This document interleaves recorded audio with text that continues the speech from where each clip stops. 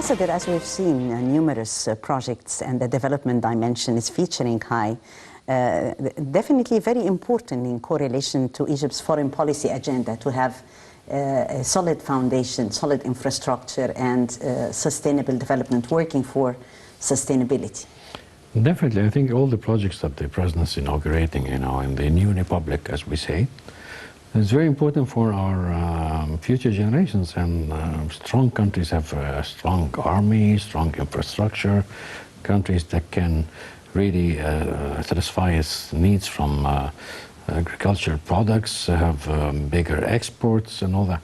So I think it's all interrelated, what we're doing. We're working on infrastructure when it comes to roads, when it comes to plantations, when it comes to fisheries, when it comes to dairy products.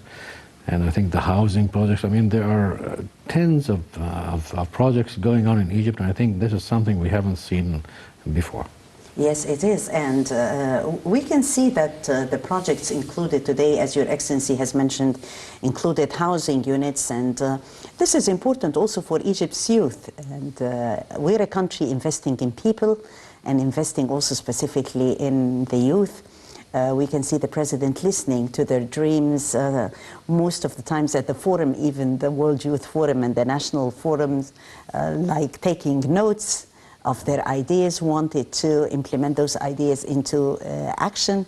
So how do you see our preparation today for a bright future for tomorrow's leaders, also namely the youth of today? Well, as we know, the statistics tell us that almost 60% of the population is less than 30 years old. So we're a younger nation. We're a young nation and compared to other nations in Asia, for instance, or in Europe or elsewhere.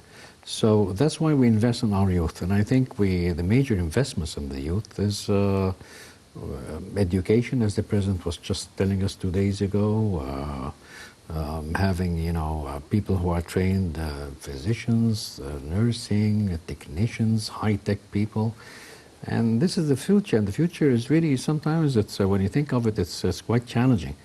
So we need to have Egyptian youth along the wave of, challenges for the future, as in other countries as well. Yes, it is. Well, carrying out major important national mega projects all over the country is considered to be a very noble aim. We're seeing a change in the face of life in Egypt, and definitely this helps in branding Egypt globally. Today, through Nile TV International, we are highlighting those important projects, letting the whole world see how far has Egypt changed today. Yes, and I think many people who visited Egypt 10 years ago, for example, we're not, of course, comparing any presidents or any systems, but we're just saying that we're developing in the right way. We're doing projects in a very modern manner. We are building roads that can, survive for hundreds of years. And as the Prime Minister was just saying this morning, we're doing projects that can last for long and benefit the country. Of course, the road network is very important because if you plan something 300 kilometers away from the city, you have to get these products into the city. Also, I think that we're heading for the future with very steady feet. People have confidence now. We have very minimum percentage of unemployment. We've managed through the COVID, thank goodness, in a very good manner compared to even very strong countries and strong economies. We've managed very well. We had our growth rate throughout the crisis. So this is what Egypt is doing. It's managing with the future and with the problems that it faces. Yes, we had witnessed earlier what we call a construction epic, and this was actually screened through a documentary that has highlighted the inaugurated projects that comprised actually the upgrade of a number of roads, as His Excellency has mentioned, in Giza. Very important, because it's very important to have a strong infrastructure, also facilitating the movement of citizens. This is really very important. How can this, Your Excellency, help branding Egypt's vision globally as well as regionally. It's very important to have it as a strong tool. Yes, I think if you have a very stable infrastructure, you are attracting investments, and that's the name of the game. I mean, you can't do any mega projects without investments, and already we're having investments from the Kuwaiti fund, from Saudi Arabia, from South Korea, from Japan, from the United States, from many countries, and it's not really. I can't really mention them all. Are investing in Egypt, and why are they investing? Because they see that these projects are worthy of profits.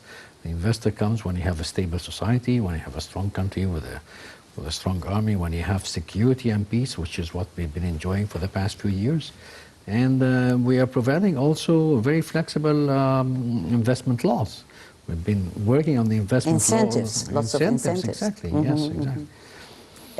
Very important, of course, to work on the sense of having incentives also on the grounds that would further attract direct foreign investment. From direct foreign investment to the state's determination to always safeguard the lives of the citizens. And it was really happy moments before what has happened in the crisis times throughout the years, whether it happened in Kabul, in Libya, in Yemen. We find that the state has always been protecting and guarding the citizens. During the Ukrainian crisis, we've seen the role of diplomacy had played very high. Egypt had played a very important role, and the Foreign Ministry, in coordination with Her Excellency Ambassador Nabila Makram, the Minister of Immigration and Expatriate Affairs, working to bring the students in Ukraine safe.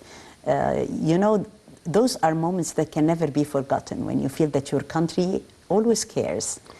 Yes, and you've mentioned a very important point that many of us in Egypt tend to forget, unintentionally, of course, is that we have security. I mean, a few years back, we couldn't walk in the streets at night. Cars were being stolen. We had lots of robberies. We had armed people in the streets. I mean, we're missing this point. Whenever we talk with our friends, we say that we have better electric power, we have major roads, we have new hospitals, we have new schools. Everybody tends to forget this security issue. And as you've just mentioned, that if we compare ourselves to the neighboring countries, look at us here. Thank goodness we don't have any terrorist attacks lately, and if we have something that happens between now and then, it's something that happens anywhere in the world, even in developed countries. Yeah. So I think this is one of the major factors that people tend to forget, is that we're enjoying a great amount of security, and we should be very thankful for it. Yes, we're really thankful for it because security and stability are considered to be very important tools for if we're seeking development. No sustainable development without security and without stability of the nation. Supporting the stability in the region, Africa as well as the whole regionally and internationally is one of Egypt's foreign policy under the leadership of President Sisi. The coming report is going to highlight the efforts in our diversified foreign policy. We'll have this report and we'll be back to talk about a very important file, Egypt's diplomacy and soft power. Supporting the stability in the Middle East, Africa and the region is one of the objectives of Egypt's foreign policy under President Abdel Fattah el-Sisi. This has been reflected through different actions, illustrating the compatibility between approach and actions. Efforts achieved by Egypt to resolve the Arab conflicts include backing their governments, reinforcing the Gulf's security, promoting relations with neighboring countries, such as Jordan. In this regard, President Sisi and Jordan's King Abdullah II bin Hussein have exchanged recently views hailing the ongoing development in Egyptian-Jordanian relations as well as the coordination between the two countries towards the various regional and international issues, praising the positive outcome of the Egyptian-Jordanian Joint High Committee. As for supporting development in African countries, President Sisi's efforts to support the continent were made clear through his meetings with leaders and ministers on the sidelines of the European Union, African Union Summit in the Belgian capital of Brussels that took place last February. Movements exerted by the Egyptian presidency and foreign ministry during the last years echoed the governing trends of Egypt's policy path towards resolving crises in the Arab world or regional interferences in Arab affairs. Today, Egypt supports the countries that are confronting multiple threats, including infringement on their structures, the growing danger of terrorist organizations, and the expansion of organized crime, which all require cooperation and joint security coordination. This was made clear through Foreign Minister Sameh Shoukry's recorded speech that he addressed to the high-level segment of the Conference on Disarmament in Geneva, urging countries to meet their commitments to the Non-Proliferation Treaty, known as the NPT, stressing that Egypt supports any efforts for global disarmament, particularly nuclear one. Examining Egypt's power today, regionally and internationally, one can say that the state stands at the gate of the peace table, as the holder of an important key to most regional issues. Egypt also confirmed its keenness to strengthen relations with the Mediterranean countries and redraw the borders in the Eastern Mediterranean. In order to realize regional stability, the Egyptian approach aims to preserve national institutions and protect them from falling into disintegration, strengthen regular armies, address the spread of armed militias and terrorist groups, reach peaceful settlements to armed conflicts, and stop foreign interferences by regional parties in the internal affairs of the countries in the region. Egypt opens up to the world.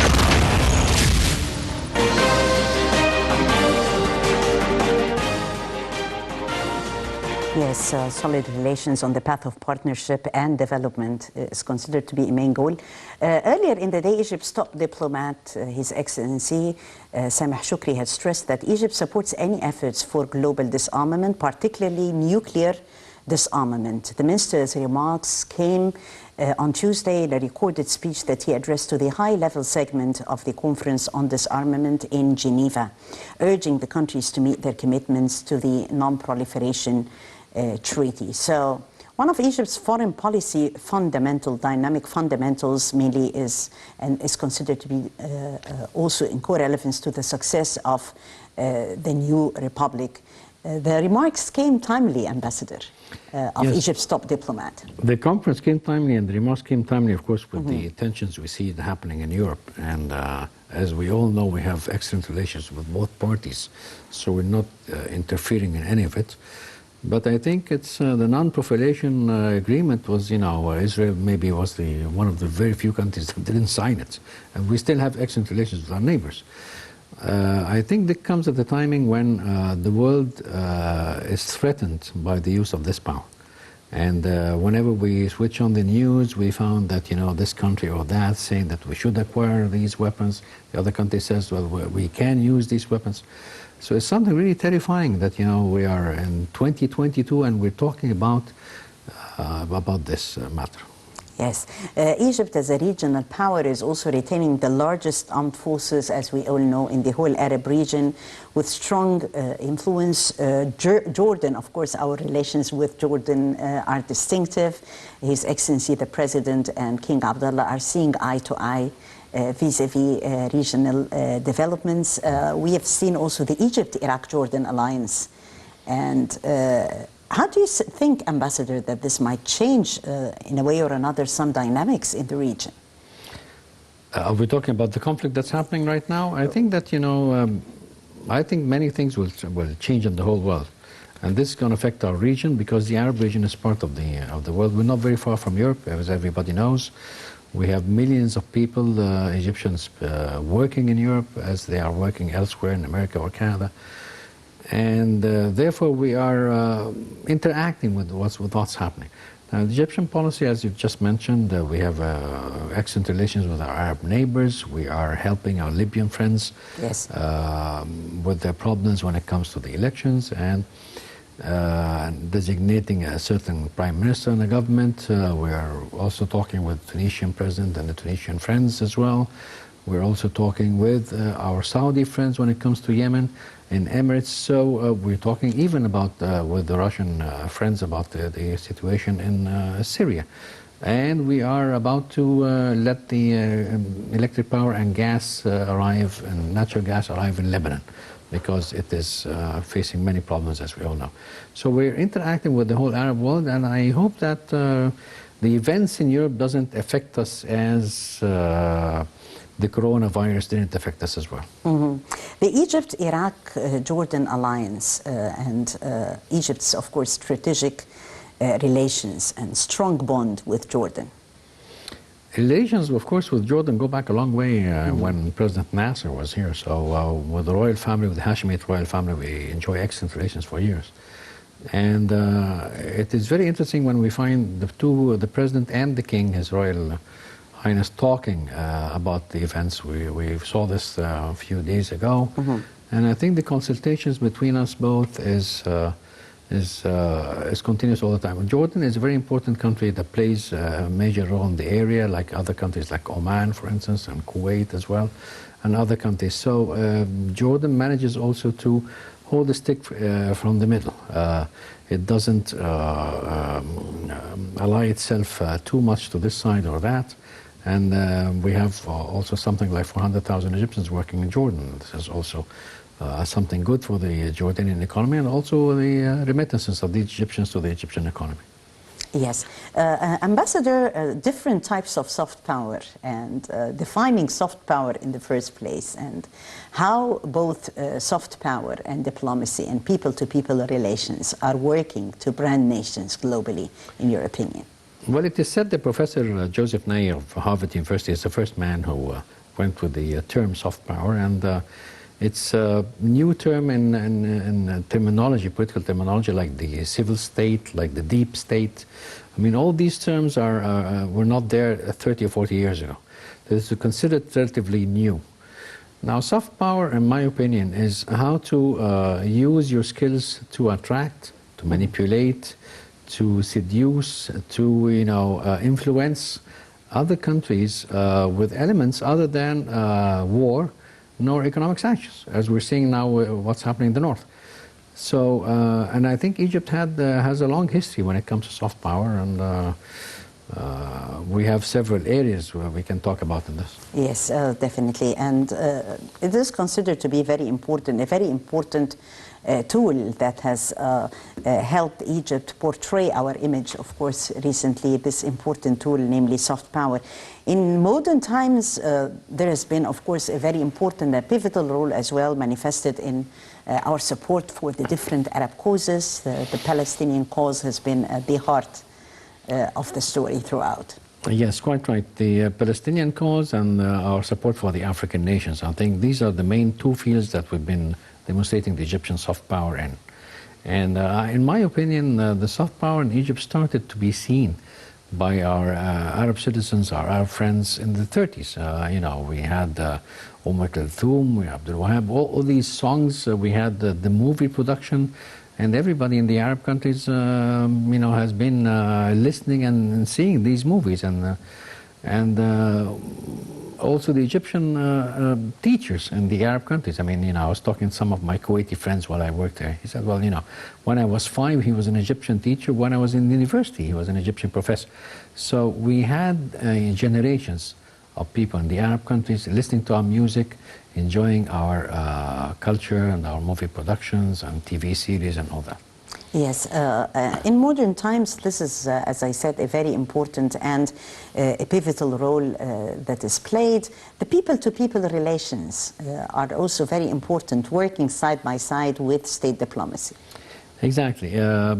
Once you start a project, for instance, in African countries, we're building a dam, for instance, some African countries. So we're sending technicians, and we're sending experts, and they, of course, talk with the experts. They have families, and exactly, and intermingling, intermingle with them. So this is one of also a demonstration of soft power. Also, when we hand grants to some countries, South Sudan is a very major example. I mean, we're seeing plenty of South Sudanese students studying law here from grants from the Egyptian government. They, of course, interrelate with the students in the Cairo University or in Ain Shams and all that. I have a helper who's a student, and we help her to continue her studies. She comes from South Sudan. She's a young lady of 20 years old, and she's studying law. And I think this is very important for us to use our soft power when we bring South Sudanese people to learn in Egypt. They are talking in our Arabic language. They interact with the Egyptian students and talk with them as well. Yes. Ambassador, well, more than one important operation, Egypt taking part in peacekeeping operations.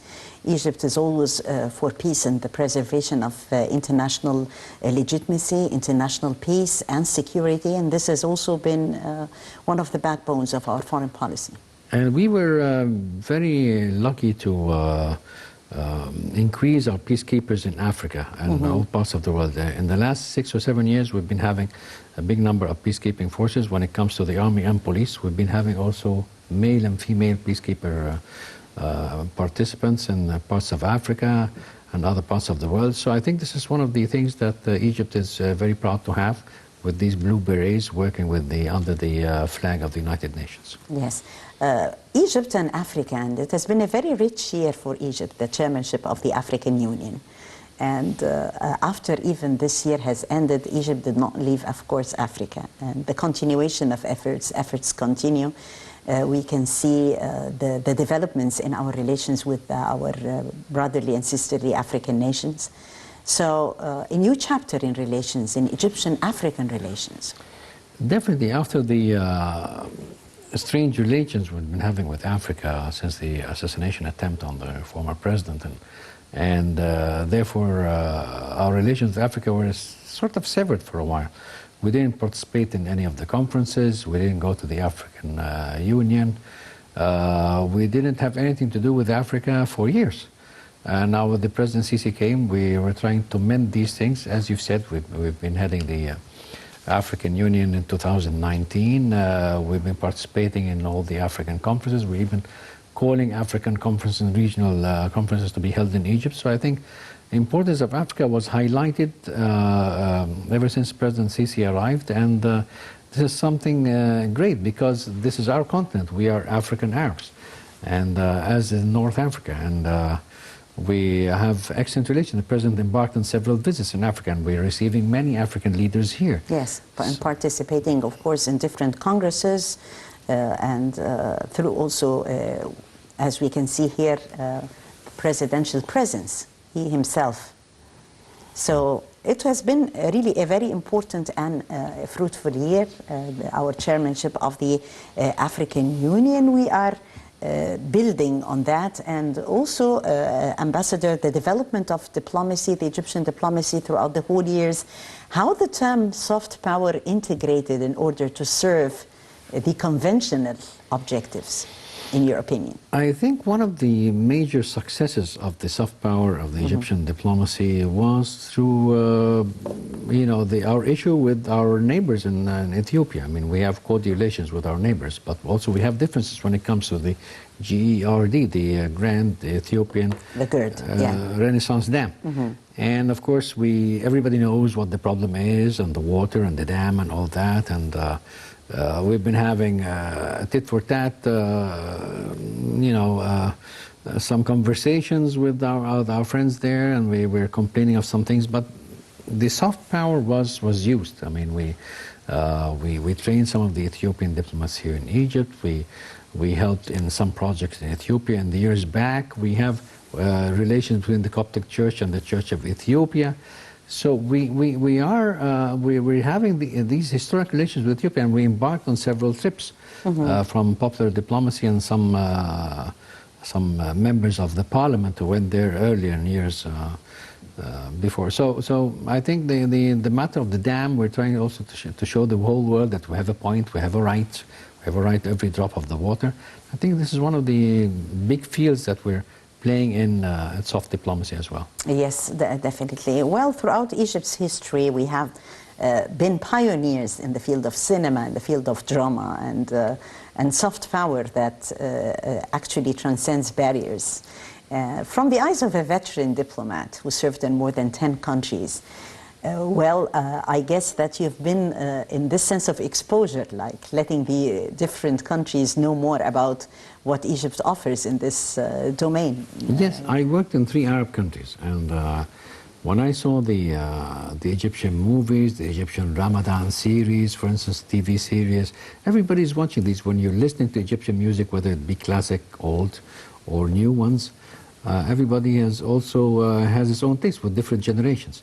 This has been playing quite a pivotal role in our presence in the Arab world.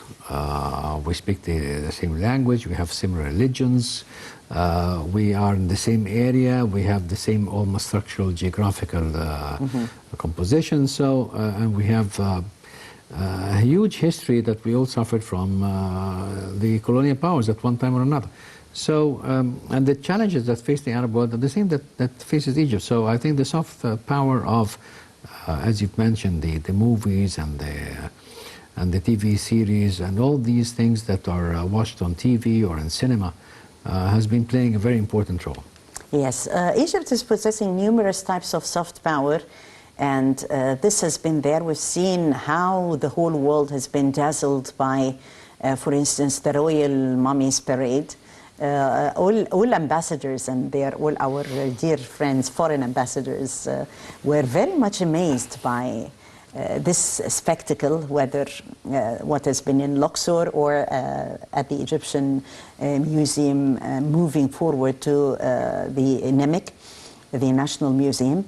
So it has been like, you know, a spectacle that has never been seen before. How can we utilize this great spectacle and build on this sense to let the whole world know more about our culture, about our history, and this is quite interesting because invest in it. Exactly, because this year we're awaiting the inauguration of the Grand Egyptian Museum. It's also, as you've mentioned, the Parade of the Mummies. We had also the... Here we go. Yes. How beautiful. It was quite amazing. And before that, we this was the Luxor event as well. Yeah, it was Luxor, and that one was from the Egyptian Museum in Tahrir. Moving forward, that was Temple of Luxor. Yeah.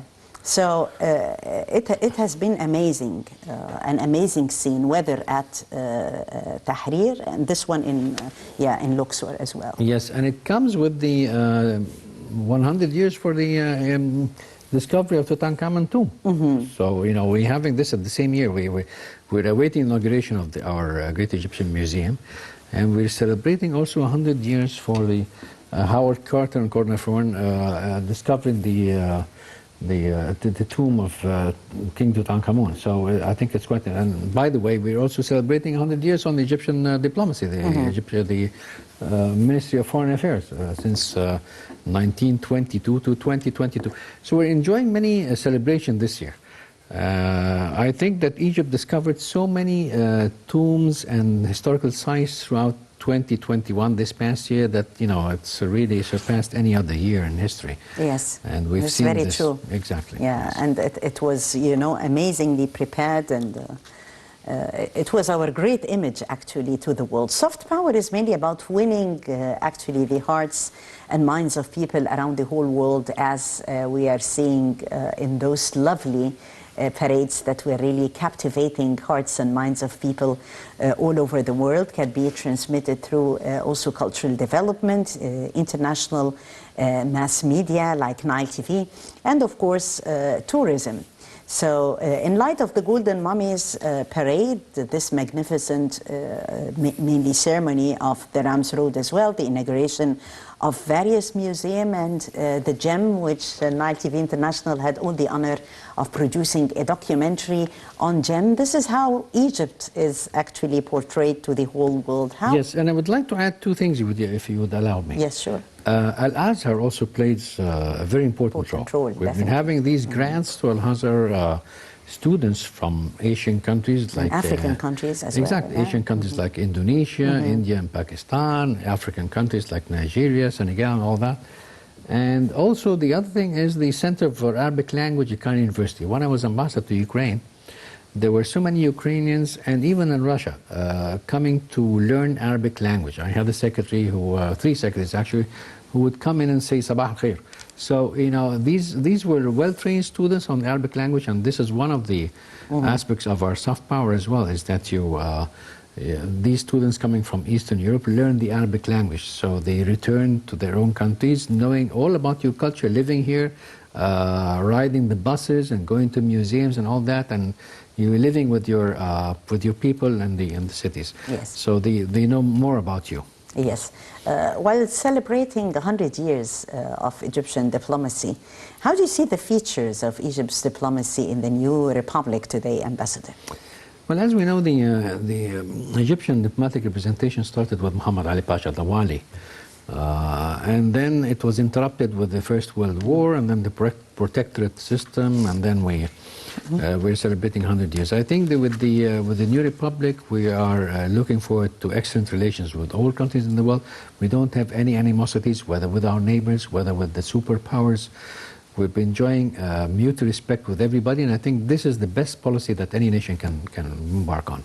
Yes, definitely, and a very important and a wise point, Ambassador, concerning the Arabic language and our heritage, our means of communication, very important. A country with a strong global influence is more effective in granting and guaranteeing and garnering different investments, also exporting projects, getting the state's way in foreign policies. So Egypt's roadmap to the new republic is definitely a combination of both hard power and soft power in order to attain this strong global influence. What would be additional ingredients of our soft power criteria in the coming days, as you see it, Ambassador?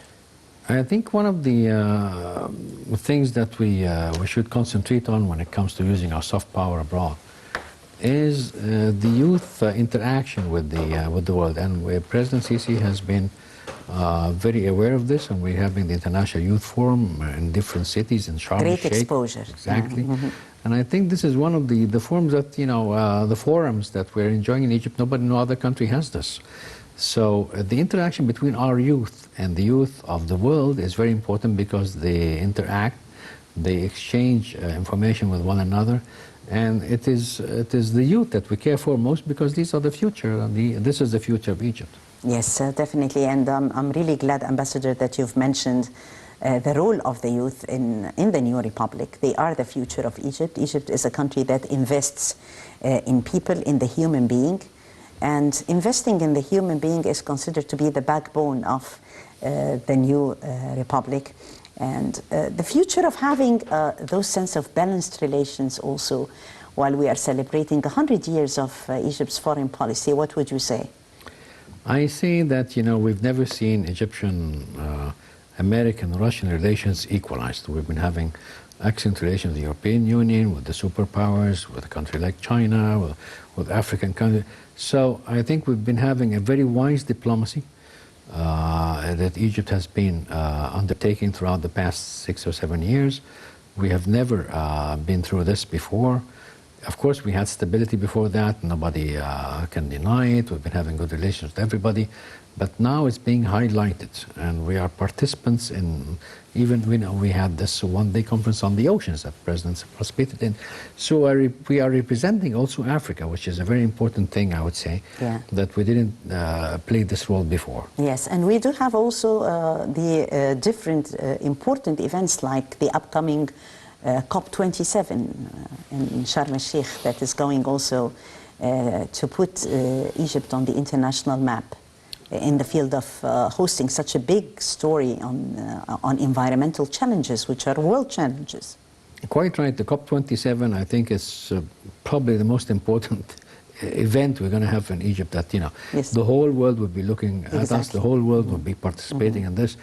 This is really a global event when it comes to climate change and pollution and all that, and bringing emissions down. And I think the international recognition of Egypt being able to host this conference is an achievement in itself.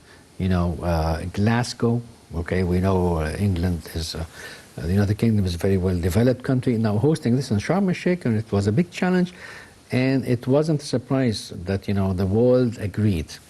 And we're having these representatives of their countries coming. Mr. John Kerry came here a few days ago. We're having also representatives of the African Union, of the European Union, all coming to liaison with us upon this conference. Today, yesterday I heard the Minister of Environment saying we are totally ready for the conference.